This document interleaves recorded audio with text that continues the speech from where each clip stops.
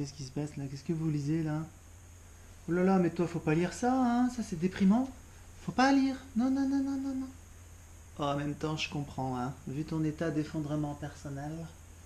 Toi, tu vas retourner poussière, tu sais. Donc, oui, prépare-toi. C'est bien, faut lire ça, du coup. Toi, Mimi, non, c'est pas la peine. N'écoute pas, ne regarde pas.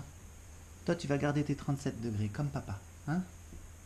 Bon, je vais vous parler de dissipation d'énergie. Donc, d'abord, je vais vous faire écouter François Rodier, parce que c'est lui qui m'a amené à comprendre un petit peu ces phénomènes. Et c'est assez extraordinaire ce qu'il nous dit. Donc, écoutez ça. Il a fallu dissiper pas mal d'énergie pour le fabriquer, pour le mettre à la poubelle, au rencard, comme la voiture après quand elle est vieille. Donc tout ça, c'est de l'énergie dissipée. Et ben, ça fait à peu près 50 € d'énergie dissipée par jour. Alors si vous le transposez en calories, c'est beaucoup, beaucoup, beaucoup plus gros que ce que notre modeste organisme consomme. Donc là, c'est les esclaves énergétiques de Jean Covici. Les animaux, c'est ceux qui dissipent le plus d'énergie. En fait, la société humaine, on ne connaît rien dans l'univers qui dissipe autant d'énergie qu'une société humaine. On dissipe 10 000 fois plus que le Soleil par kilogramme de matière. Vous entendez?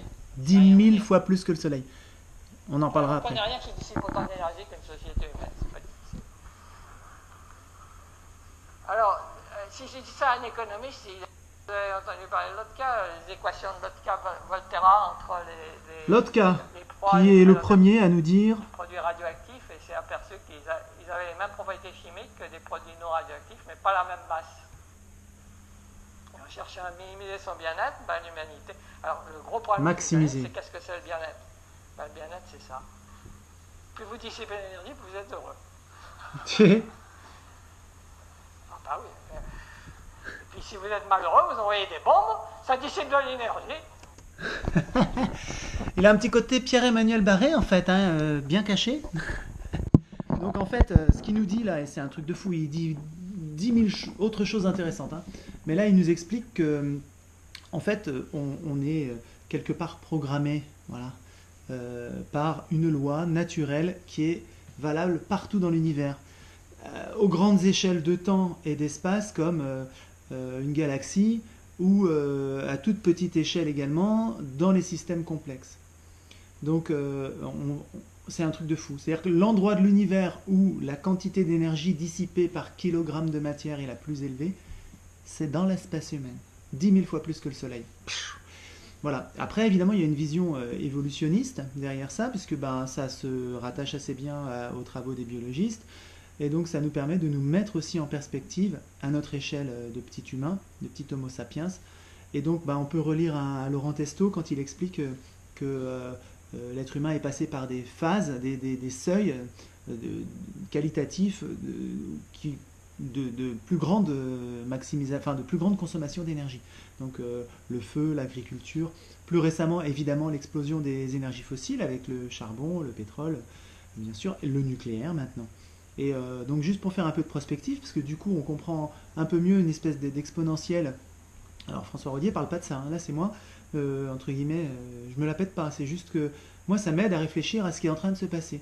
Et donc si demain il y a une nouvelle source d'énergie comme l'exploitation de l'isotope 238 de l'uranium, comme l'espèrent certains, hein, ceux qui bossent sur les surgénérateurs en ce moment, le président de l'Institut russe du nucléaire parle de 1000 ans d'autonomie énergétique pour la Russie, donc c'est pas mal quand même.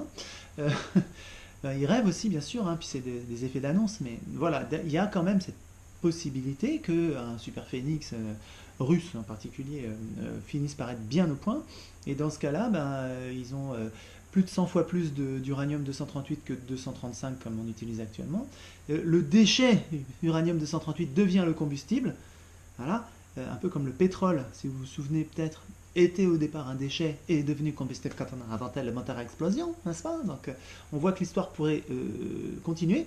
Donc l'hubris, c'est le mot à la mode, la démesure, la folie humaine de brûler la chandelle par les deux bouts pourrait continuer, et donc le plafond de verre ne serait pas atteint, nous pourrions continuer vers l'espace et au-delà, n'est-ce pas Mimi? Et donc on pourrait imaginer un Elon Musk qui va conduire sa petite Tesla sur Mars. Tu vois, il peut la conduire maintenant, il y va, tranquille, il a toute l'énergie qu'il faut. Par contre, évidemment, on imagine une planète complètement dévastée, parce que Là, c'est assez logique qu'avec encore plus d'énergie, on abîme encore plus la planète. D'ailleurs, ça me pose la question, moi, personnellement, de comment on s'est rendu compte qu'on en était là. Comment est-ce que la notion d'effondrement est en train d'arriver dans les petites têtes de plein de gens? Alors, moi, j'ai deux hypothèses. Il y en a une première, c'est de se dire que on sent qu'il n'y a plus d'énergie, il n'y a plus rien sous le pied, que le pétrole c'est bientôt fini. Donc en fait, on n'a juste pas envie de tomber de la falaise de Sénèque. Voilà, c'est une première hypothèse.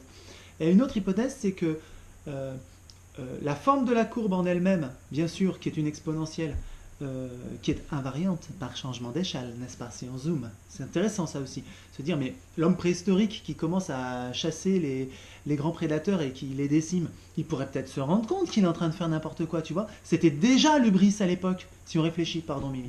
Donc en fait, pourquoi est-ce qu'on se réveille maintenant, quoi? Tu vois, la question c'est ça. Alors, il était déjà sur une exponentielle, mais nous aussi, mais nous on se rend compte. Pourquoi? Et il me semble que la deuxième hypothèse, c'est que l'exponentielle, elle est perceptible à l'échelle d'une vie humaine. C'est-à-dire, ça c'est une possibilité aussi qu'on se rende compte actuellement, non pas qu'il y a une falaise abrupte, mais que la démesure, on la mesure par rapport justement à notre propre histoire personnelle. Alors qu'avant, c'était quand même à l'échelle de plusieurs générations qu'on pouvait voir une différence, je pense, dans les modes de consommation, par exemple. Dans tous les cas, ce qui est intéressant, c'est que ça nous déculpabilise. Attention, je ne suis pas en train de dire à la... Grand Fabius, je ne l'ai pas dit, responsable mais pas coupable. Non, non, non, non, non, non, c'est pas ça. C'est responsable, certainement, et changeons ce que nous faisons mal en ce moment, ce qui fait que la nature est en train de s'abîmer, le climat est en train de se détraquer, qu'il y a bientôt plus d'énergie de toute façon, et qu'on sait que ça ne peut pas marcher longtemps.